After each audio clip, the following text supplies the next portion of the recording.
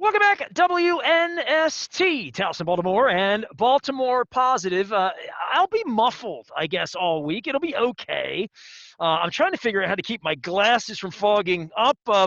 We usually do a segment on Sunday evening that runs Monday and sometimes Tuesday in regard to a Pro Bowl wrap up from Radio Row. I would say that my mask is presented by the Maryland Lottery. I have all sorts of fun things around here. I got Chaucer koozies.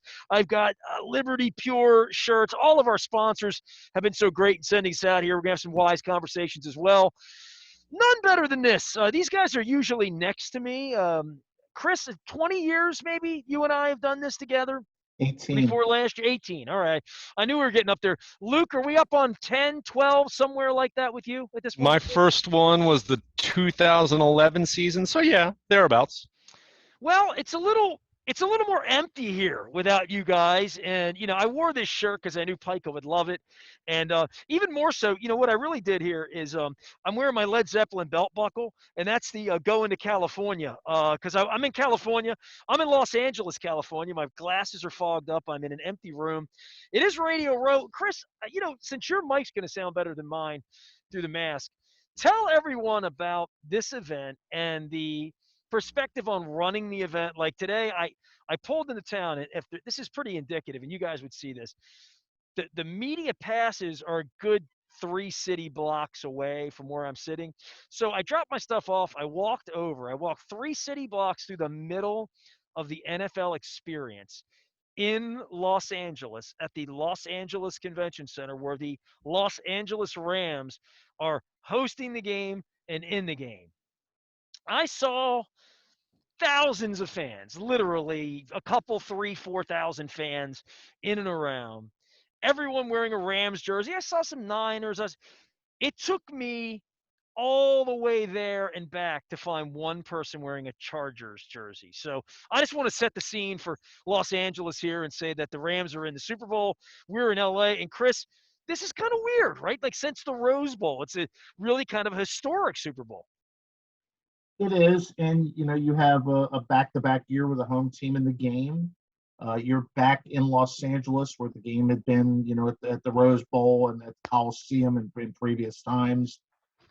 You're downtown LA. There are a lot of things have changed, and the biggest thing that changed is that they have 2 National Football League teams in that city now. And as you found out today through your walk through downtown, that there are a lot of Rams fans and maybe not that many Chargers fans, but the first weekend of NFL experience is mostly locals anyway who want to go down and don't really want to be in the crazy of the end of Super Bowl week. So it's a great first weekend for all the local families and folks to come out to see the NFL experience, to go through NFL Shop and everything that they put together. And it's a nice event for families who can't afford the 5G to get in the game next Sunday and get a little piece of the Super Bowl in their home city. Luke, I would say to you that because we can bet on everything now, and I'm going to involve hardcore gambling next season. Bet on the Chargers being somewhere else.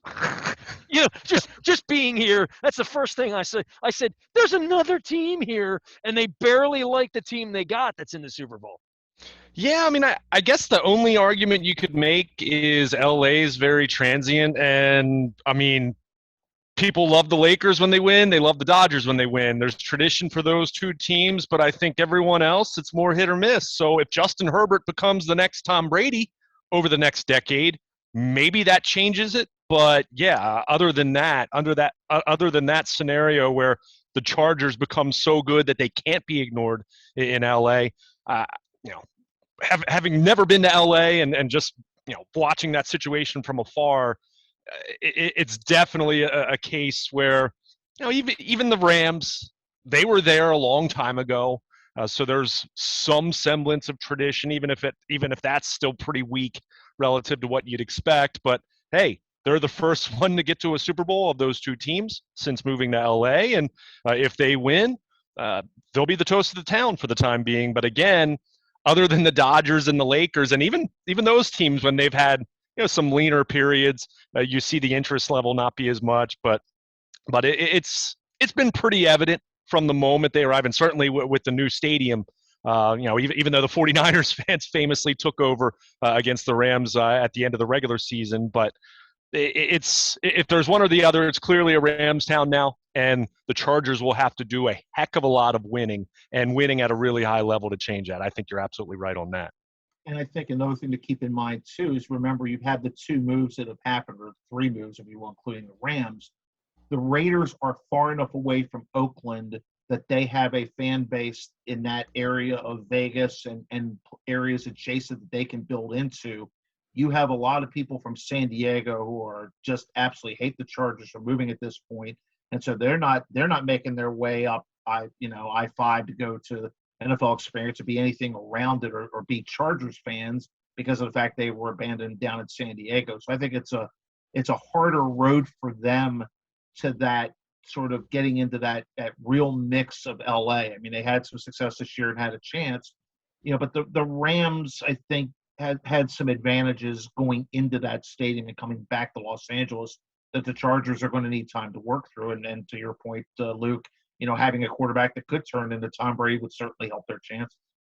Chris, I would say to you for the league, and I was at the league meeting when they decided to basically screw St. Louis, and then after that, they were going to put two teams in Carson and build a project there, and the Chargers and the Raiders are going to be part of that. Then they weren't. I swear, I got dropped off here. I'm up on the second floor. It's a gigantic convention center. I mean, it's Los Angeles. It's downtown. I can see the Hollywood sign out my hotel room. The whole deal. And it's a little freaky deaky. I was here a couple years ago for that Rams game where they're having a NASCAR race as we speak. Almost better than the Pro Bowl, honestly, at the Los Angeles Memorial Coliseum that has some new name now. The Staple Place is now the Crypto Place. I mean, so things change here in La La Land in Hollywood. But in walking through here, the first time I saw the Aaron Donald shirt on the guy, and I saw an old golf jersey that's now a Stafford jersey, and I see all these kids, of all different denominations, ages, races, persuasions, fans, people that love the game. And I think about how long and how many years you went to league meetings and we went to Super Bowls and they threatened San Diego and they said, no stadium, you won't get a Super Bowl there. And how all this worked out, like as I walk through here to think of what an unbelievable wet dream it has been for the league and Goodell and Kroenke and I guess Jerry Jones that they pointed to this Super Bowl. They pointed to this stadium. They pointed to this city. They pointed to this market. They threatened with this market to get Houston done and to get other places done. And I'm walking through here and I'm like, you know what? They got a franchise. They got a stadium. They got a Super Bowl. The team's in the Super Bowl. There's tons of people down here a week before the game. You don't have to worry about fans coming in. I said to my wife, I'm like, there's no visiting fans. There's some Cincinnati fans, and there's barely Rams fans, but there's nobody flying in to be a Rams fan. There's a whole half of the fan base that's been removed from the hotel rooms and all of that. Yeah, and I think the other thing with the Rams too, I think to that point was you have a generation of folks that are, closer to my age, Nestor, that remember the Rams in LA the first time around. The grandfathers and the dads, they remember, when the Rams were here. So there was some fandom, even though they went lost to St. Louis and then come back. But the league's gotten what they wanted. This was a major issue for the league that they did not have a team in the, basically is the second largest city in the country, or second largest TV market, if you will. No team here, so they had to use it they had to use that as leverage against other cities, and they did. And now they've got this beautiful stadium at SoFi. They've got headquarters for the NFL Network and basically NFL West out there. So they've got a foothold in the entertainment district. And so all the planning of the NFL owners and Jerry Jones having a large piece of the concessionaires stuff through the companies he owns, and with his dealings with Kroenke, the league has managed to put a beautiful stadium there and have not only but one but two teams. So the league, as we always have come to find out over our years in working with it, the league usually wins, and it maybe takes a little bit longer, but they usually win, and they won here. Is this the point where I say they couldn't have scripted it, and then Luke, I give it to you and say, let's talk about Brian Flores? By the way, I was flying, and I got to say this because this is not, this is me doing a punchline, doing shtick, right? But I'm walking through the airport, and it put up on the ESPN had on the screen the revolving 8 chairs for the NFL coaches, and the empty seats were white shadows. And I thought, that's interesting. Somebody in Bristol did that on purpose. They made it a white shadow instead of a black shadow box of the places in Miami or wherever they haven't hired a coach yet. Luke, what a week for scandal, right? As we sit here, and I know you remember 2 years ago, right around this time, we lost Kobe Bryant, and it was a crazy media story. But from the Baltimore perspective, the president of the Ravens stepping down at 6 p.m. on a Friday night. Interesting little lead in, as for many years you and I had to step into the media room here to watch Steve Bisciotti do his press conference on video because he had done it this week. Lots and lots of change going on in Owings Mills right now, right? Yeah, there is. Or I guess it was with Steve Luke, Bisciotti officially repeat become. that for me because you broke up a little bit at the beginning. Yeah, I mean, with Dick Cass stepping down, I don't think it's something that's completely a shock. I mean, he's 76 years old. He's been with the team since 2003, 2004. And, this is something that had been whispered about for a couple years now. I don't think it's anything that shocking, just sheerly looking at his age.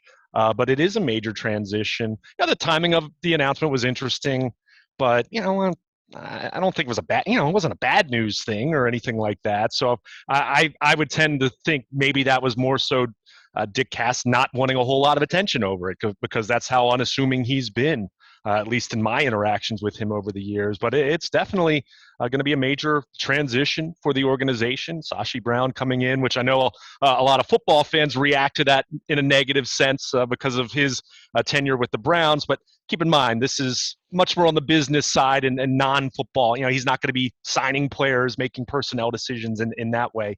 In fact, the Ravens actually sent out a revised statement that made it clear that he wasn't going to be involved with football, specific football decisions. But, Dick Cass, that's very big shoes to fill. And I think anyone who followed that Friday night into Saturday, knowing people within the organization, whether you're talking players, coaches, employees, many of them had kind words, kind anecdotes, kind stories as far as what he's meant to this organization. When you think about the transition going from Art Modell to Steve Bisciotti and how pivotal that time period was. When keep in mind, we're talking at that point the Ravens were less than 10 years old when that.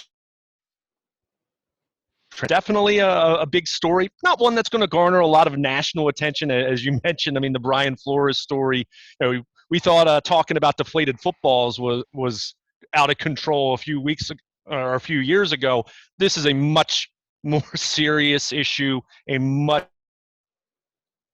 more casts a wide net as far as the entire league. And Roger Goodell, the league office, and most specifically the 32 owners. But as it relates to the Ravens, there's a lot going on between head coach, defensive coordinator introduced, general manager talking on Friday, and then Friday evening finding out your longtime team president is going to be retiring here in the near future. So lots going on in Owings Mills, but again, the focus is very clearly going to be on the Brian Flores suit and what that's going to mean, what it potentially, hopefully, brings in terms of change for the better in the long run. I am on Radio Row. Chris Pica is here. He is Blog and Tackle. Luke Jones, our partner. We do this every year. Usually we do it in person. Usually I don't do it through a mask. I am in Los Angeles. I'll be here all week for full Radio Row coverage. Chris, you worked for the Saints for a number of years. You worked for the Falcons. Your whole background is in sports management, sports leadership, ownership, presidents. Not all presidents are beloved and hang out for 20 years, right? So let's start with that. And not all presidents give kidneys to others. And I'm fond of Dick in many ways, but things are going to change, right? I mean, Chris, this is the end of an era in a lot of ways, and it starts to beg the question of when the end of the Steve Bisciotti era will begin. I will be talking about that. We should all be talking about that and wondering who's next in line, because that's the next thing that's going to happen. That will change the complexion of the organization and really the trajectory of what they're going to try to do in the next generation. Because as I pointed out, Chris, the Modells don't live here anymore, right? Well, it's true. And I think to Luke's point and to your point, one of the things that I don't think people, I think smart folks realize this, is that Steve Bisciotti is not in the building every single day. Dick Cass is in the building every single day. He is not the owner of the Ravens, but he is certainly the most public face of the Ravens to the employees inside the building and to those outside the building. So, when you have someone in that position, because most NFL owners, the two that I worked for, and Tom Benson and Arthur Blank, were in the offices every day, were very visible. Steve Bisciotti has not really carried himself that way, especially more so in recent years. And so Dick Cass has sort of been that the face of the franchise in a lot of ways, and what's been behind the curtain in many other ways than what we don't see.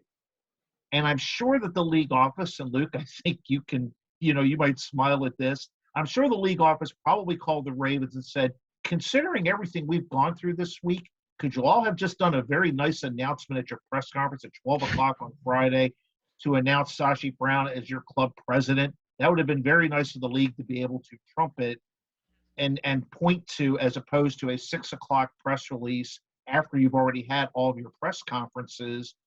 And it just was different. I don't, I guess that's the Ravens way. And Nestor, to your point, that's the Dick Cass way of doing it. But if I'm the league, boy, I would have really preferred this to be earlier in the day on Friday to sort of make the point, some of the points that they're trying to make in dealing with the Brian Flores lawsuit and everything that's around that. Luke, for you, with thoughts about the Flores situation and, I don't know, the reverberations of it, because we talk big picture. If you were here all week, it's going to be in every conversation, right? Like, it's going to lead every conversation here in the way that, sadly, Kobe Bryant did a couple years ago, or Deflategate, or any of those sort of scandalous things. Boy, it's almost that the league scripts these things. Yeah, I mean, they don't. I don't think they do. But I think what we have here is, I think very clearly the overwhelming percentage of people recognize a problem here, right? But I think what's difficult is you have the micro, which is each and every individual situation, where teams have different fits, they have different all the different variables that work. And there's plenty of nuance that goes into each one of those decisions. So, I think you recognize that, but then you look in the macro and you say, the coin keeps landing on heads. It just keeps landing on heads. It keeps landing on heads. And I think that's what's incredibly frustrating when you're looking at this. I know Tony Dungy last year famously penned a letter to the 32 owners, and he talked about this. And Tony Dungy he has my respect. I respect him as much as anyone in football. And, he talked about it in a very eloquent way. He talked about the fact that we have 70% roughly of players are black. Roughly 30%, I think he said, might have been a little over 30% of coaches, talking head coaches and assistants, are minority coaches. This doesn't add up. And that's where we look at this. And as much as we want this to change, and we talk about this, and we've talked about this before, this is not the first time this has been talked about by a long shot. We talked about the Rooney Rule going on 20 years ago. Well, Marvin Lewis was, I was very close with Marvin at the time, and I remember Marvin taking that sham interview, and I remember how angry it made him. But if you speak out, then you never coached the Bengals for 16 years, right? But that's the stakes 20 years ago. We're going back a generation now. Sure. And obviously this goes back much longer than that, getting into black quarterbacks and, go back to the infancy of the league with black players not being welcome for periods of time. But I think, again, how do we fix it?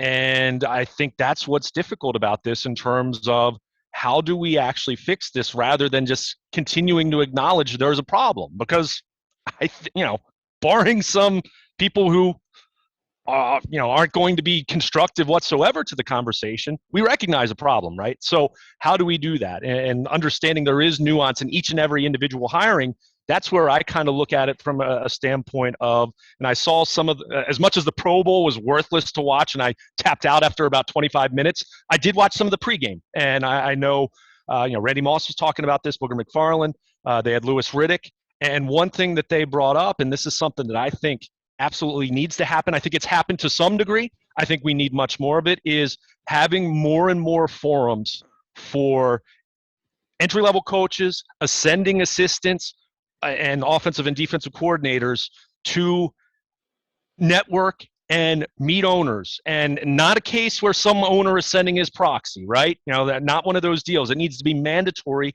and this can be done at dead periods of the league year, and have these people get in the same room, and it can be beneficial for entry-level coaches to find out what team executives are looking for from an interviewing standpoint. And certainly, and this is where I really think would be beneficial to the problem we're talking about, it requires these owners to be in the same room and to rub elbows with so many of these coaches, and to not just fall back on who you're familiar with. We know, I mean, psychological studies have been done on familiarity bias, and you tend to gravitate towards people that think like you, talk like you, look like you, behave like you. And so much of that, I don't think this is a case of talking about the 32 ownership groups in the league that they're all blatantly racist, like that there's some deliberate conspiracy that they're all saying, I'm not going to hire black coaches. But what we do have is like I said, when you look at it in the macro, we're not seeing enough diversity in these hires. So we need to create more forums to have more of that, long before it gets to a point where we're talking about, okay, Rooney rule, we have to interview 2 minority candidates. If we're waiting to that, if that's the what we're counting on to spark change, that's not going to happen, because clearly that's not working. So it needs to go at a much lower level. Certainly another issue would be, in a big picture sense, more diversity in our ownership groups. But again, that's not something you can just snap a finger and that's going to happen overnight. But I think more and more forums where these people are talking to each other, meeting each other, getting to spend time with one another, to grow, like I said, the benefits of these entry-level coaches and ascending assistant coaches, to kind of have some experience and tips and interviews and different things like that. But then, more importantly, these ownership groups basically being forced to, you need to branch out and meet more people around the league and see this. Do I think that's going to fix it and make it perfect overnight? No. But if we're talking about this in a long-term sense, to spark the positive change that we want to see, that we're not talking about the fact that there's 1 out of 32 coaches in the NFL that are black, that we're not even talking about it because it just feels more, it feels right. We see more diversity. But for that to happen, we need we need more of this. And what I pose, I don't think, like I said, is going to solve it entirely, but I think it certainly can help. And I know the league has attempted to do things like that, but we need much, much, much more of that.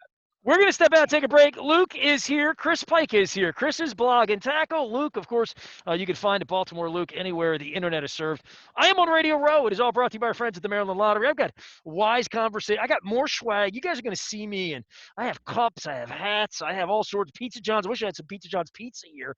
I'm out in Los Angeles. We'll be here all week. I'm going to let Chris answer to that, because Chris worked in the business, worked under a number of different coaches and ownership groups. I want to give him long form to answer that. I'm Nestor, back for more from Radio Row in Super Bowl 56. Yeah, we're in LA. Stay tuned. We're Baltimore Positive.